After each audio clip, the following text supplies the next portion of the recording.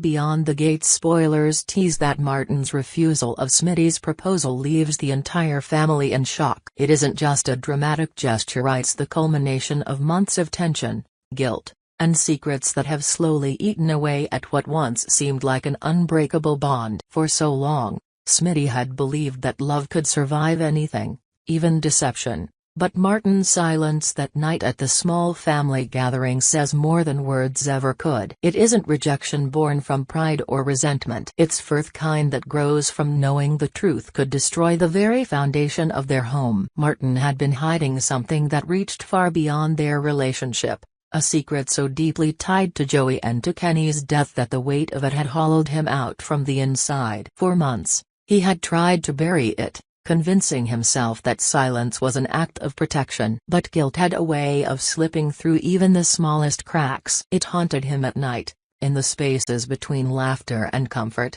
in the sound of Samantha's voice when she asked if he and Smitty would ever get back together. When Martin refused the proposal, he saw the light drain from Smitty's eyes, the same eyes that had once looked at him with unconditional love. He could feel Samantha and Tyrell's confusion like daggers in his chest. They didn't understand, and how could they? From the outside, it looked like stubborn pride, another example of Martin running away from happiness. But Martin knew that accepting the proposal without truth would have been worse. After the dinner, the silence in the house was unbearable. Smitty sat at the dining table long after everyone had gone to bed, staring at the bouquet still clutched in his hand. The flowers had started to wilt, petals falling one by one, much like his faith. He replayed every word Martin had said earlier, trying to decipher what the deal with Joey really meant. Joey had always been a name that hovered in their lives like a ghost, someone from Martin's past that never quite stayed there. The next morning,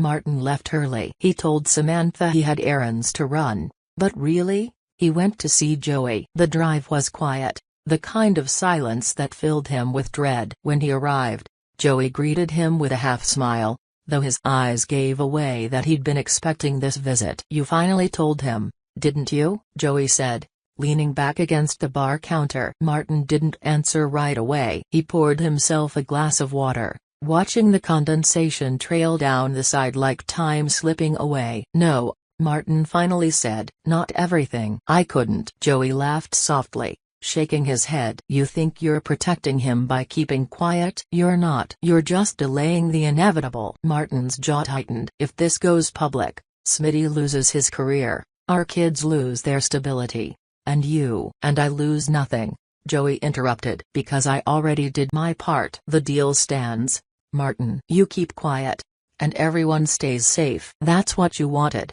isn't it?" Martin hated how calm Joey was. There was always a smirk behind his words, a quiet confidence that made Martin feel small. He'd agreed to something terrible once, something tied to Kenny's death, and Joey never let him forget it. The guilt had cost Martin everything, his peace, his family's trust, and now, maybe even Smitty's love. That night, Martin went home but couldn't bring himself to go inside. He watched from the car as Smitty played with Tyrell in the yard, both of them laughing, both of them trying to pretend the world wasn't fractured. When Samantha came out with lemonade and called for dinner, Smitty looked toward the street toward Martin's car but didn't wave. He just turned and went inside. Inside, the walls felt closer than before. Every photo on the wall, family trips, birthdays, smiles felt like lies captured in frames. Martin finally walked in and sat on the edge of the couch. Smitty came down a few minutes later, cautious, his voice low. "Why, Martin?" he asked. Martin looked up at him, eyes red-rimmed. "Because I'm not the man you think I am." Smitty's voice cracked. "You're the father of my children. You're the man I've loved for 15 years. That's who you are to me. Unless there's something you're not telling me." Martin wanted to say it'll deal, Joey, Kenny, but the words stuck in his throat. He couldn't bring himself to rip open that wound. Instead, he whispered, "If you knew everything, you'd never forgive me." Smitty's shoulders sagged, the weight of that sentence pulling him down. "Then give me the chance," he said quietly. "Let me decide if I can forgive you. Don't make that choice for me." But Martin couldn't. He just stood, brushing past him, muttering, "It's not that simple." Over the next week, Martin threw himself into work. Samantha noticed his distraction. Tyrell tried to make him laugh, but his smiles were empty. Even Smitty, despite the pain, couldn't help but worry. He sought advice from Tyrell, who was older and more observant than most gave him credit for. "Dad," Tyrell said one afternoon, "you always told me that people make mistakes, but that doesn't mean they stop loving you. Maybe you should remind him of that." Smitty smiled faintly. "You sound like your mother," he said, though his heart ached at the thought. He missed the way things used to be, before secrets had turned their lives into a maze of mistrust. Determined not to lose Martin, Smitty planned something small, a quiet dinner, a gesture to show that forgiveness wasn't off the table. He cooked Martin's favorite meal, the same one they had on their first anniversary. When Martin walked in and saw the table set, he froze. "You didn't have to do this," he murmured. "I wanted to," Smitty said simply. "Because I still believe in us, and because I'm tired of fighting ghosts I don't understand." Martin sat down, his hands trembling slightly. For a while, they just ate in silence. Then, slowly, Smitty reached across the table and took Martin's hand. "You don't have to carry it alone," he said. "Whatever it is." Martin looked at him, the pain in his chest tightening until it almost broke him. He squeezed Smitty's hand back. "I don't deserve you," he whispered. Smitty smiled faintly. "Then earn me back." It was the first time in months that Martin felt a flicker of hope. Maybe there was a way through this. Maybe, somehow, they could find forgiveness before the truth came out. But Joey wasn't done. 2 days later, Martin received a message from an unknown number, a photo of him meeting Joey at the bar, time-stamped and clear. Below it, a text: "You're running out of time. Either tell him, or I will." Martin felt his world tilt. Joey had promised discretion, but promises meant little to men who thrived on leverage. If the truth about Kenny's death surfaced at the cover-up, the money that changed hands, the decisions made in fear, Smitty wouldn't just lose trust. He could lose his family's reputation, his work, and maybe even his freedom. Martin confronted Joey again, but this time there was no pretense of civility. "You said you'd keep quiet," Martin snapped. Joey shrugged. "That was before I realized how weak you've become." "You can't keep hiding forever, Martin. Secrets rot everything they touch." "I'm not afraid of you," Martin said, though his voice shook. Joey smiled. "You should be." Back home, Smitty noticed Martin's growing restlessness. The late-night calls, the disappearing acts, the way Martin's hands shook when he thought no one was looking, it all pointed to something deeper than marital trouble. Smitty wanted to press him, but he was terrified of what he might hear. Sometimes, not knowing was easier. Samantha, however, wasn't blind. She had always been more perceptive than her parents realized. One evening, she found a photo printed on plain paper: Joey and Martin at the bar, the same image Joey had sent. She didn't say anything that night, but the seed of doubt was planted. Meanwhile, Danny's story unfolded in quiet parallel. Andre's return had stirred emotions she'd spent years burying. His apology felt sincere, but Danny wasn't sure if sincerity was enough anymore. "You can't just come back because it's convenient," she told him. Andre insisted he wanted to rebuild what they lost, but Danny wasn't the same woman he'd left. She'd learned too much about self-preservation, about not letting love become her weakness. Their paths crossed with Martin's when Danny confided in him, sensing the same brokenness she felt. "We can't fix people who don't want to be saved," she said one night, unaware that her words were cutting Martin open. He realized that what terrified him most wasn't losing Smitty, it was the idea that he might not deserve to be saved. The following evening, Martin made a choice. He drove to Smitty's workplace,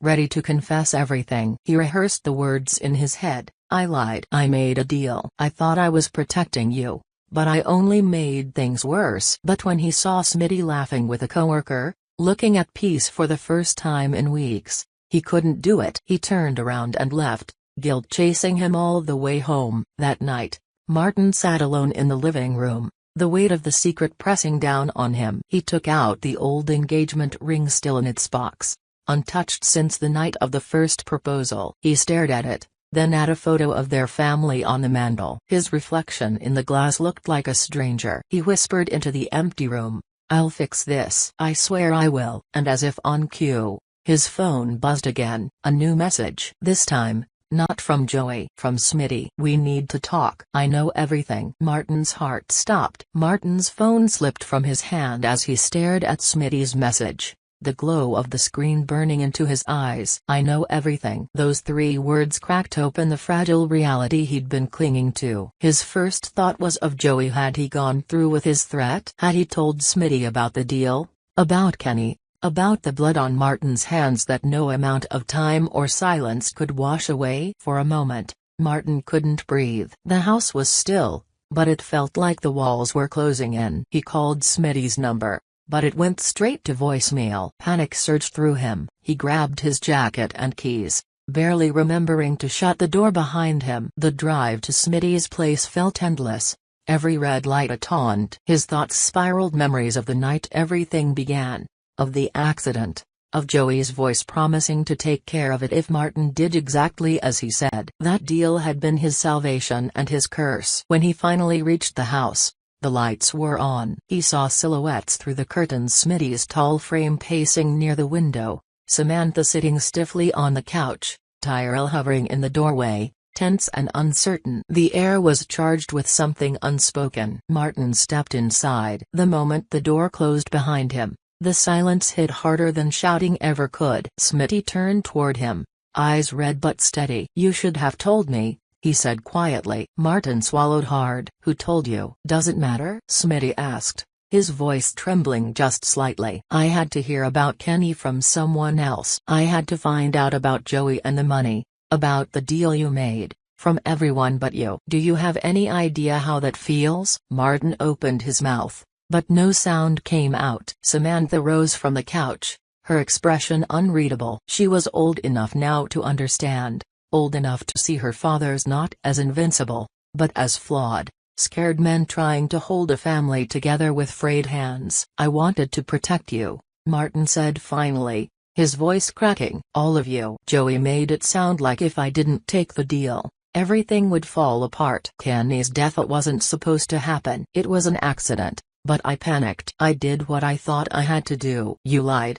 Smitty said, his tone cutting through the air like glass. "You didn't just protect us, Martin. You built a life on a lie." Tyrell stepped forward then, voice shaky but fierce. "Dad, please stop fighting. We can fix this, right? We're still a family." Smitty's eyes softened for a second. "We'll always be a family," he said, looking at his son. Then his gaze returned to Martin, and the tenderness vanished. "But trust? That's gone. And I don't know if I can bring it back." Martin wanted to fall apart right there, but something inside him hardened instead. "If Joey told you, then he's not done. He'll come after you, after the kids, if we don't do something." Smitty frowned. "You think this is about him?" "No, Martin. This is about you. You made the choice. You let him control you." "But it's not over," Martin said, his voice rising. "He is still out there. He has proof, he has leverage, and if we don't stop him now—" "Then what?" Smitty interrupted. "You'll make another deal? Another lie to keep the truth buried?" The words cut deep,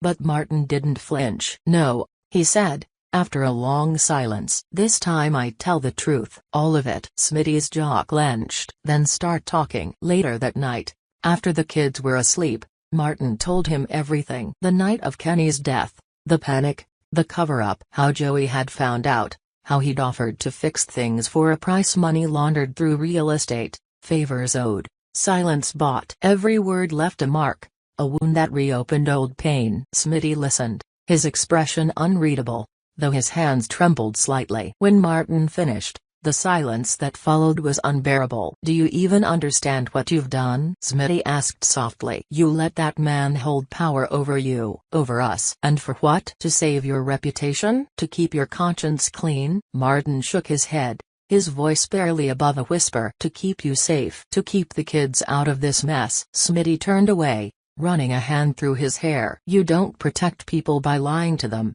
Martin. You just make them collateral damage." But even as anger surged in him, something else flickered there too: grief, love, exhaustion. He knew Martin's actions came from fear, not malice. Yet knowing that didn't erase the damage. The next morning, Smitty left early for work, Without a word, Samantha found Martin sitting at the kitchen table, staring at an untouched cup of coffee. "Dad," she said gently, "I saw Joey's messages on your phone. He's threatening you, isn't he?" Martin hesitated. "It's complicated." "No," she said firmly. "It's not. He's dangerous. You have to stop letting him control you. Tell the police. Tell someone. Just don't keep doing this alone." Martin looked at his daughter and saw in her the strength he used to have. Maybe that was the sign he needed. Meanwhile, Smitty wasn't at work. He was at Joey's office. He'd tracked him down, fueled by a mixture of rage and desperation. When Joey saw him, he smirked, as if he'd been expecting the confrontation. "Ah, the husband," Joey said, leaning back in his chair. "I was wondering when you'd show up." Smitty's voice was low, steady. "You don't talk to my family again. You don't message my husband. You don't show up near my kids. You don't breathe in our direction. Do you understand me?" Joey laughed. "You think you can threaten me? I have enough on Martin to bury both of you. The cover-up, the money trail, all of it." Smitty slammed his hands on the desk, his composure cracking. "You've had enough power over him. It ends now." Joey leaned forward, his tone turning cold. "You're not in control here, Smitty." "I am. And if you keep pushing, I'll make sure every secret your family's hiding hits the news before the end of the week." Smitty didn't respond. He just stared at Joey, memorizing the smug expression that had haunted their lives for years. Then he left without another word. But something in his eyes had changed resolve, sharp and dangerous. That night, Martin noticed Smitty's quiet intensity. He didn't ask where he'd been. He didn't have to. Instead, he said something that surprised them both. "I want to confess," Martin said. "Not to Joey, not to you, to the police. If I don't do it, he'll never stop." Smitty looked at him for a long time. "If you do this, you could go to prison." "I know. And what about the kids?" Martin's voice broke. "That's why I need you. They'll need someone to keep them safe." Smitty closed his eyes, torn between love and fear. He'd spent years fighting for this family, and now it was slipping through his fingers again. But maybe honesty was the only way to truly save it. Before he could respond, there was a knock at the door. When Martin opened it, Danny was standing there. Her eyes were tired, but her expression was determined. "Joey's been calling me too," she said. "He's trying to drag me into whatever deal you made." "You're not the only one he's threatening." Smitty frowned. "Why you?" Danny looked away. "Because of Andre. Because of the money that went missing after Kenny died." "Joey thinks I know more than I do." It was all connected. The deaths,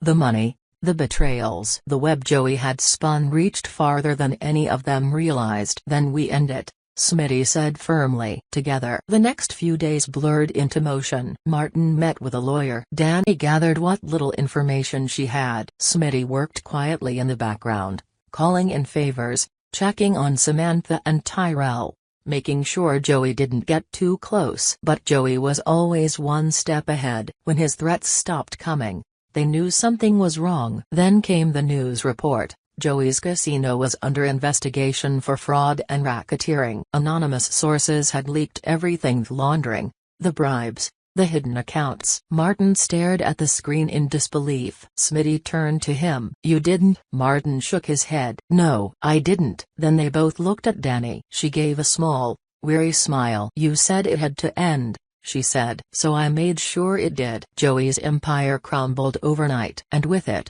his power over them vanished. But freedom came with a price. Martin's confession to the authorities meant reopening every wound, every memory he'd tried to forget. There were hearings, investigations, nights of fear. But there was also relief, a strange, quiet relief in knowing the truth was no longer festering in the dark. Through it all, Smitty never left. He stood by Martin, even when the future was uncertain. There were no granted gestures this time. No proposals or promises. Just quiet mornings, soft apologies, and the slow rebuilding of something fragile but real. Months later, on a calm autumn evening, the family gathered for dinner again. The air felt different, lighter, though the scars remained. Samantha passed the bread, Tyrell told a joke, and Martin caught Smitty's gaze across the table. There were no words needed. They both knew that love had survived the unthinkable, not because it was perfect, but because it refused to die. Outside, the wind carried the last of the summer warmth. Inside,